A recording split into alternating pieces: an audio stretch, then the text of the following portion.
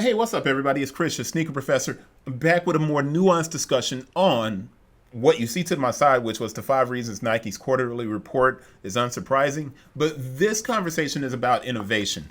I've made comments to people where I said that Nike isn't innovating, but then I was able to explain my point when I said that. I'm basing innovation on 2017 when Nike introduced 360-degree Flyknit. They introduced 270, Air Max 270, which became Air Max 720. They introduced React foam, and they introduced Zoom X foam. So they had all of these different technologies that they rolled out. Well, Nike hasn't quote unquote innovated since 2017, but what Nike has done is refined. You have a lot of people that are speaking about Nike's shortcomings. I do it in some instances, but when I do talk about it, I talk about things that are actually rooted in a discussion that I've had before, where you can find basically a precedent where I talked about these things. I'm not just kind of blindly saying Nike's not innovating. That simply isn't true. So throughout this video, you will see the unboxing of 3 different shoes. You're going to see the unboxing of the AlphaFly, the KD17, and the GT Cut 3. Now, I'm putting all 3 in this video, and as I talk about them, I'm going to pop up and show you the videos of those shoes as I read descriptions and explain to you the different technologies in these shoes. Now, when people say that Nike isn't innovating, they're dead wrong. That's not correct. People should stop saying it because they're wrong. Nike is refining and rejuvenating technology that simply works. Had you heard of a super shoe before Nike began with the AlphaFly and the Vaporflies? You had not seen a super shoe. After Nike decided to do the Vaporfly, the 3%, right? Everybody had to develop a super shoe. Now, what Nike made a big mistake in doing is they just completely forgot to educate the consumer. Nike got away from what they were always so good at, and they were always great at making the regular person understand the technology they were putting in their shoes. So when we sit down and we start looking at Nike and we think about this stuff, Nike isn't innovating in marketing. Their innovation is throughout their product line. No one can argue that. So when we look at a shoe like the AlphaFly 3, which you see next to me here, and you look at the details of what this shoe is, the shoe, when you put it on, right, I'm wearing the Zoom Fly, which is a Zoom X shoe. When you put it on, the AlphaFly makes you lean forward immediately. It's like a built-in rocker. It immediately places your foot in a position where it feels like you're faster. And the shoe works. There's no exaggeration. And it is one of the most technical shoes that you can find. You're talking 2 4-foot Air Zoom units with Zoom X foam around them to store and return the energy, right? And you're talking the propulsive kind of feeling of the carbon fiber plate all the way through, and then they expand it. So here's the AlphaFly, which Nike's made before, and they've been making. This is a 3, and what they did was improve upon the technology. The shoe is incredible. So when we say that Nike's not innovating, it's simply not true. And I'm going to go to the next shoe just to continue to explain here. Now, this KD17 is built and designed based on the University of Memphis and Penny Hardaway, hence the color of the blue and the correct line that is reminiscent of Penny Hardaway's shoes. But when we get into the details of Nike basketball, right, and we look at the product details of the shoe, this shoe has a Air Zoom unit, right, a 4-foot Air Zoom unit. But this is what's more interesting. If you open the shoe up, right, if you not open it, I'm not going to cut it here. I'm going to peel back the insole so you can see it.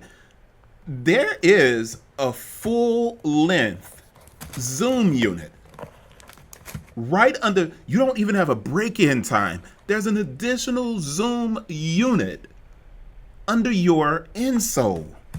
No other brand has a cushioning system under the insole. The insole is the cushioning right before you get to the midsole, which is going to be a cushion of some type for every other basketball brand. But here you have the KD17 with a full length zoom strobel and 4-foot zoom. So when you sit down and you start thinking about the KD17 and people are like, oh, Nike's not innovating, it's simply not true. We go to the GT Cut, 2 basketball shoes in this video, right? And this is the USA version of the GT Cut. The USA version for the Olympics that are upcoming. There's the Jump and there's the GT Cut. There's going to be the GT Hustle. The Ja, it has a USA version as well. But what we're going with are the details here, all right? You look at the traction on the shoe. The traction is incredible on the GT Cut. I've always said that the GT Cut should have been a Kobe model. I still think they should go back and do something and put a Kobe on the model. I think the GT Cut is one of the best basketball shoes on the market. It's innovative. It has Zoom X foam. We remember Zoom X started off, if you remember Breaking 2 is where we first got our introduction to Zoom X and the rocker panel and these amazing shoes where Eliud Kipchoge ran the race. It was live streamed on Twitter. Kevin Hart did the announcement. It was amazing. But the GT Cut has Zoom X cushioning, right? And here's the funny thing. This Zoom X cushioning that's in the running shoes, that makes for, on the AlphaFly, it makes for a shoe that's $285. And on the GT Cut, it's $190. Are Nike shoes expensive? Yes. Are they technical? Yes. Are they innovative? Nike goes back and they actually add, I think they actually put fly wire in this shoe. So if you look at the front of the shoe, the lockdown over the forefoot is fly wire. You haven't heard those words in years. Remember, the fly wire was initiated with the Olympics in 2008. And that was with Kobe coming back and the Redeem team. Nike brings back technologies that work. They put them into the new shoes. But what they used to do was explain to you what the product was or is. Nike no longer does that. So we're not getting a conversation about Nike's tech. We are getting 3,000 Dunks, 3,000 Air Force Ones, and at the end of the day, those shoes don't have any explanation, and Nike's not spending any time or effort in explaining the design elements of these shoes. Now, it's not my job to give Nike Q points for what they should do. It's simply my job to talk with you guys, have this conversation, and to tell you to quit saying Nike isn't innovating, because they are. They simply have so many different innovations they can refine. They can refine. They're refining the innovations of shoes that they've had before that worked. And they're putting that technology in models that are extremely great performance shoes. I'm wrapping this video up.